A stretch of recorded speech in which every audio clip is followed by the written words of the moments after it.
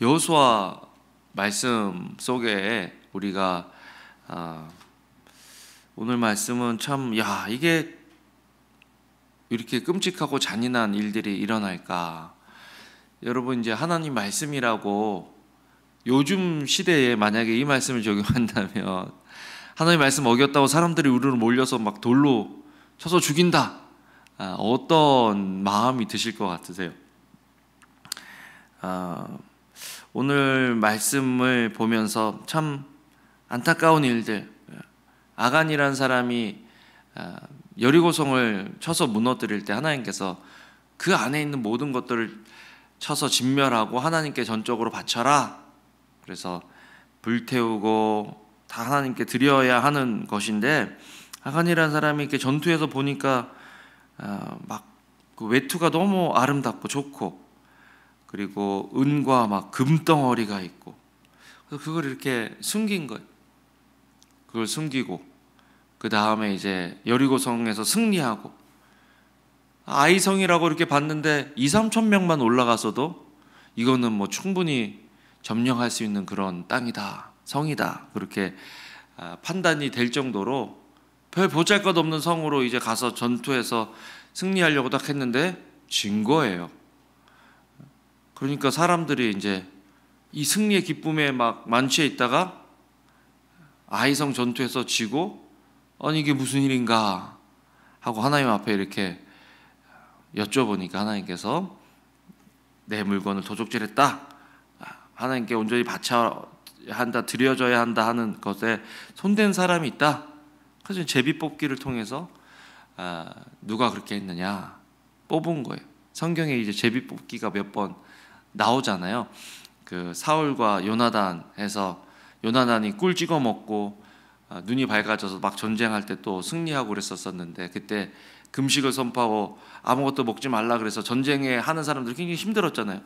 나중에 이제 그거 범인 찾을 때도 제비 뽑기 했고, 뭐 제자를 가룟 유다 대신에 제자를 뽑을 때도 제비 뽑기를 했고, 제비 뽑는 것은 하나님께 달렸다 하는 말이 이제 여기서 이렇게 나오는 것들인데, 말씀인데, 그래서 이제 아간이 뽑혀서 나오게 됐습니다. 찬양하기에 바로 전에 말씀드렸던 것처럼 그 아간이 뽑히자 여호수아가 아간에게 말한 거예요.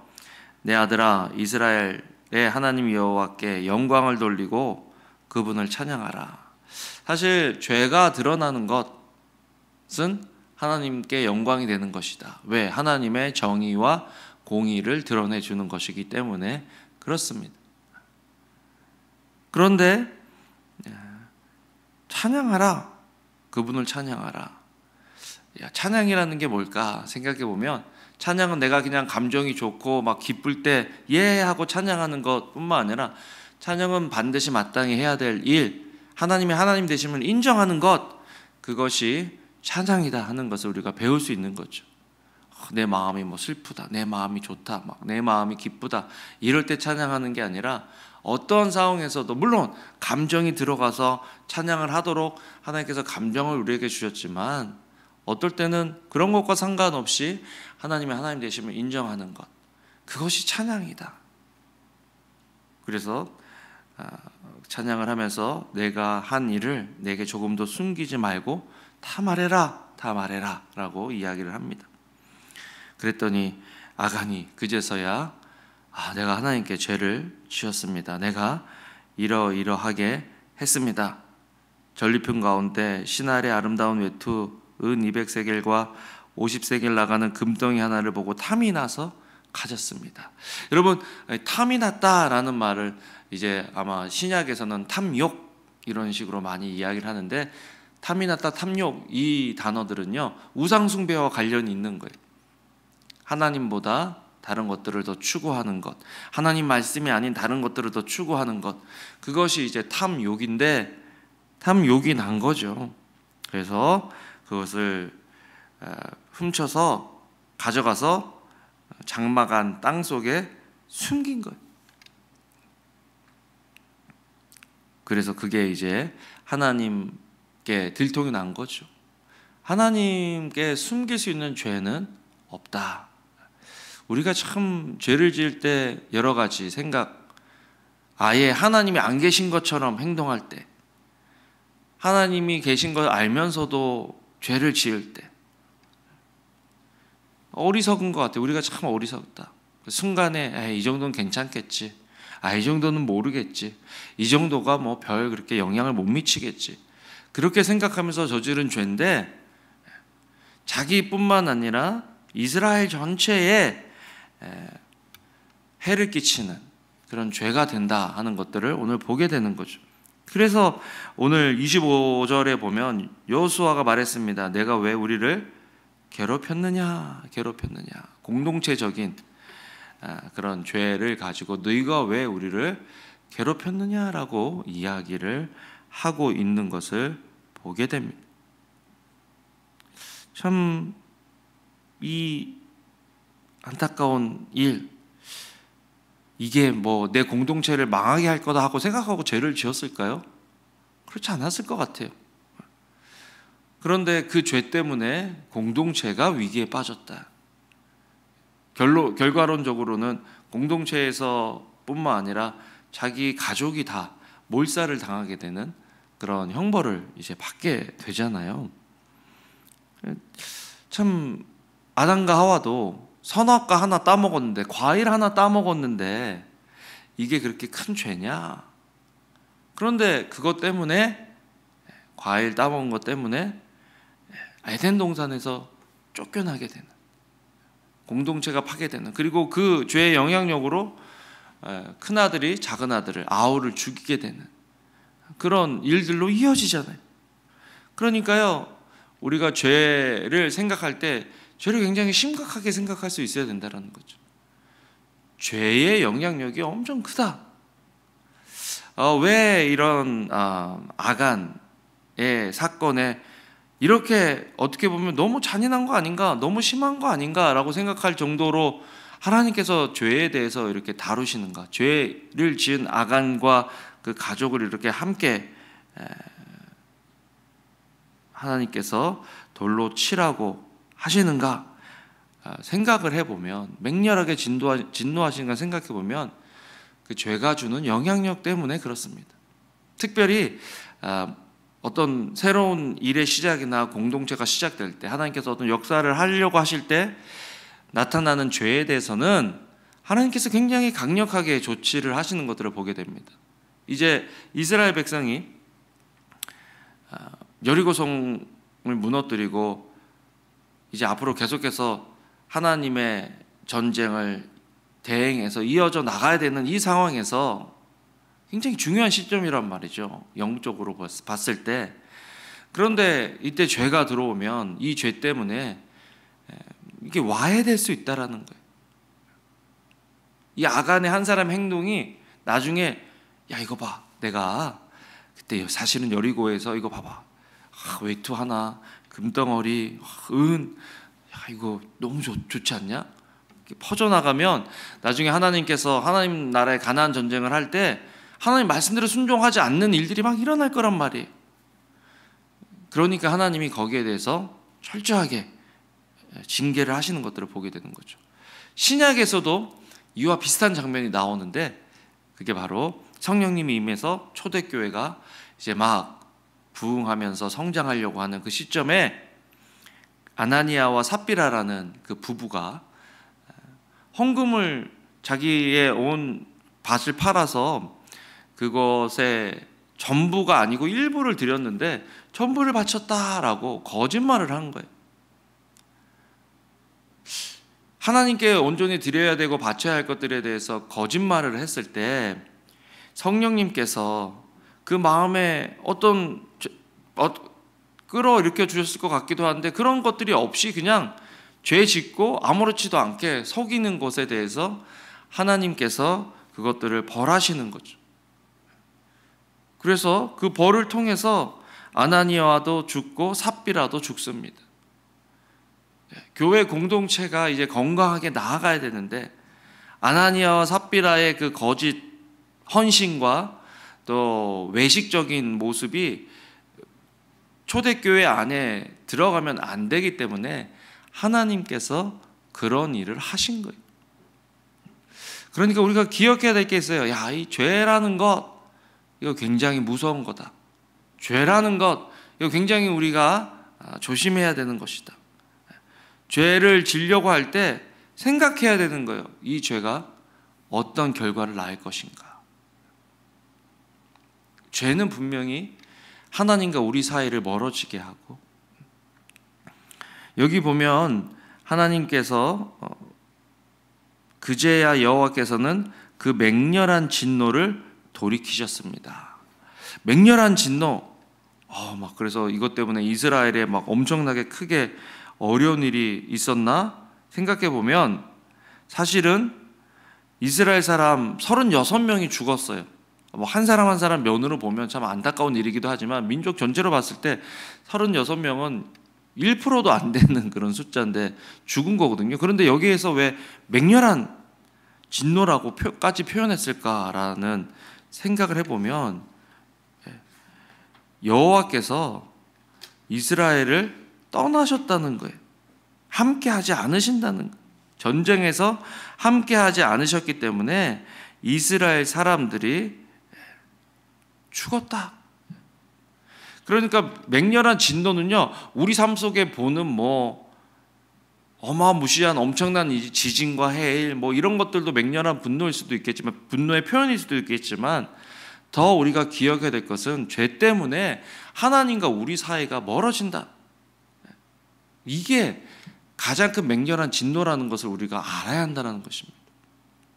하나님의 임재에서 멀어지는 것, 그것이 가장 큰 죄의 결과다라는 것들을 우리가 기억하고, 죄를 지으려고 유혹을 받을 때 우리가 기억해야 될 게 있어요. 이것 때문에 하나님하고 내가 멀어진다. 하나님의 임재 속에서 내가 누릴 수 있는 평강과 기쁨이 사라진다. 영적인 전쟁에서 승리할 수 있는 승리의 원동력이 없어진다 하는 것들을 우리가 인식하고 살아가는 것이 굉장히 중요하다라는 것입니다. 그러면서 아간과 그 가족들이 다 돌로 쳐서 맞고 죽고, 또 그들이 가져왔던 모든 것들을 불태워서 바치는 그런 모습들을 보게 되는데, 아니 왜 가족까지 죽여야 돼요? 아간이 훔쳤는데, 그런 이제 의문이 들 수 있잖아요. 그런데 이제 아나니와 삽비라 사건도 보면 한 사람 한 사람에게 기회를 주시는 것들을 보게 됩니다. 남편이 먼저 남편에게 물어보고 남편이 아니다, 다 바친 거다. 그래서 남편이 죽고, 삽비라도 물어본 거죠. 이게 진짜 다냐? 남편이 죽은지 모르고 이게 다냐? 이게 답니다. 그래서 아나니아 삽비라 한 사람 한 사람 그들의 각자의 죄로 인해서 죽게 된 거죠. 그런데 오늘도 이제 말씀을 보면 사실은 하나님께서 아버지의 죄는 아버지, 아들의 죄는 아들, 아버지의 죄 때문에 아들이 죽지 말게 하고 아들의 죄 때문에 아버지가 죽지 말게 하라 하시는 그런 하나님의 말씀이 있거든요. 근데 여기는 왜 가족이 죽었을까? 생각해 보면 아마 이런 외투를 들고 오고 금을 들고 오고 은을 들고 온 이것을 가족들이 알았을까요? 몰랐을까요? 알았을 것. 그건 숨길 수가 없는 거죠. 그런데 거기에 죄를 같이 공모했든지 공모하진 않았더라도 은폐하는 일에 아니면 알고도 침묵했다, 이것이 그 가족의 공동체를 무너뜨리는 일이 됐다라는 거예요. 여러분 생각해 보세요. 유대는 가부장적인, 물론 모계 사회이기도 하지만 가부장적인 그런 것이기 때문에 아버지의 권위가 굉장히 있단 말이에요. 그런데 그 아버지가 한 잘못에 대해서 아내가, 자녀들이 아버지 이거 잘못된 겁니다. 하나님께서 이거 다 하라 그러셨잖아요. 빨리 가서 지금이라도 회개하시고 이거를 태워버려야 됩니다 라고 얘기 안 했다는 거예요. 근데 이게 쉬울까? 여러분 어떨 것 같아요? 막 쉬울까요? 어려울까요? 어쨌든 이들은 어떤 죄가 됐든 여기에 공모를 했고 그 죄에 동참을 했기 때문에 이런 징계를 받았다. 여러분 어떨 때는 가족 간에도 정말 진리를 말하기가 힘든 그런 경우가 있습니다. 이거 말하면 이 사람이 상처받고, 이걸 말하면 우리 가정이 손해볼 것 같고, 이거 말하면 저 사람과 관계가 이제 끊어질 것 같고, 어려워질 것 같고, 오히려 내가 어려움을 당할 것 같고, 이런 일들이 있는데, 참 죄를 볼 때 우리가 그 죄를 어떻게 다뤄야 하는가, 또 공동체적으로 우리는 죄를 어떻게 다뤄야 하는가, 오늘 하나님께서 말씀으로 보여주시는 거예요. 하나님께서 그냥 아간한 사람 만나주셔서 너 죄 졌어 탁 이렇게 하고 그냥 가족을 몰살시키실 수도 있으실 텐데, 그 가족을 온 이스라엘 앞에서 이렇게 징계하신 이유는 공동체적인 죄는 공동체 안에서 해결을 해야 되기 때문에 그렇다라는 거. 죄를 시시하고 넘어가는 게 아니라, 죄가 드러났다면 드러난 죄에 대해서는 공동체가 그 죄를 해결할 수 있는 능력이 있어야 된다. 기준은 하나님의 말씀이다. 하나님의 말씀.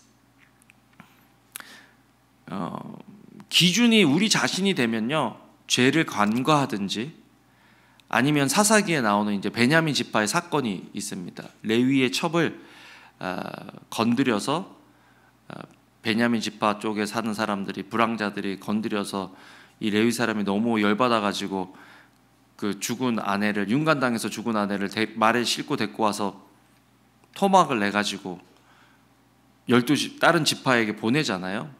그리고 지파들이 모여갖고 어떤 일이냐, 베냐민 지파가 이런 일을 했다. 그랬더니 막 분이 일어난 거죠. 근데 그 분이 하나님 말씀에 기준한 분이 아니라 자기가 화가 난 거예요. 분이 났으려면 먼저는 레위 사람이 첩을 두면 안 되는 거예요. 레위 사람이 첩을 둔 것에 대해서 분을 내고 하나님 앞에 회개하고 이것을 말씀으로 어떻게 해결할까요? 하나님께 여쭤보면서 이 문제를 해결해야 되는데, 자기가 분이 나가지고 베냐민 지파를, 한 지파를 쳐서 한 지파가 거의 사라질 뻔해요. 사라질 뻔해요. 남자만 600명 정도만 남나? 사륙이 일어나는 거예요. 그러니까 우리가 죄의 기준이 되면 이 가족들처럼 죄를 간과하고 덮든지, 아니면 하나님 기준이 아닌데 자기 분노로 엄청나게 악한 일을, 더 악한 일을 행하든지 하는 그런 일들이 일어날 수 있단 말이죠. 그렇기 때문에 우리는 우리 삶의 죄의 문제에 대해서 이것들을 해결할 때 우리의 분이 아니라, 우리의 어떤 감정이나 관계가 아니라 하나님의 말씀이 기준이 돼서 이 죄의 문제를 해결할 수 있어야 된다. 그러니까 하나님 이거 어떻게 할까요? 하나님 이걸 어떻게 해결해야 되나요? 하나님 말씀에 따라, 내 이성이나 경험이 아니라 하나님 말씀을 따라서 이것들을 해야 되는 거죠. 쉬운 일이 아닌 것 같아요. 어떤 때는 참 교묘하고 어떻게 해결해야 될지 모르고, 그런데 더 많이 기도를 해야 되는 거죠. 참 안타까운 일이지만 오늘 하나님께서 이렇게라도 하셔서 공동체를 정결케 하셔야 하나님이 그 공동체 가운데 함께 하실 수 있고 역사하실 수 있기 때문에 이렇게 하셨다라는 것. 하나님 유쾌하게 일을 하신 게 아니란 말이죠. 그러나 공동체를 위해서 이런 일을 하셔야 했다라는 것들을 기억하고, 우리도 참 죄에 대해서 민감한 마음을 주셔서 하나님께서 죄를 드러나게 하시면 고백하고 인정하고, 또 사실 이 아골골짜기, 정말 이 안에서 정말 아골골짜기라는 이 표현이 많은 것들을 해주고 있는데, 예수님께서 사실은 우리의 모든 죄를 지고 이렇게 돌아가 주신 거예요. 내가 아간처럼 이런 일을 당해야 되는데 예수님이 대신 우리 공동체를 위해서, 우리를 위해서 이 일을 당해 주셨기 때문에 우리는 그 예수님의 십자가 앞에 자꾸 나가서 죄의 문제를 해결해야 되는 거죠. 만일 우리가 우리 죄를 자백하면 저는 미쁘시고 오르러서 우리 죄를 사하시며 모든 불의에서 우리를 깨끗게 하실 것이다 하신 그 요한일서 말씀이 있잖아요. 그래서 그 말씀을 의지하고 주님 앞에 나가서 우리 죄를 자백하고 돌이키는 그런 저희들의 삶이 되기를 주님의 이름으로 축복합니다. 아멘. 이미 이 저주는 예수님께서 십자가에서 받으셨다. 그러니까 우리는 십자가 앞으로 나아가면 된다 라는 것들을 기억하고 우리 죄의 문제를, 우리 공동체의 죄의 문제를 십자가 앞에서 해결할 수 있는 지혜가 있기를 소원합니다. 기도하겠습니다. 하나님, 참 아간의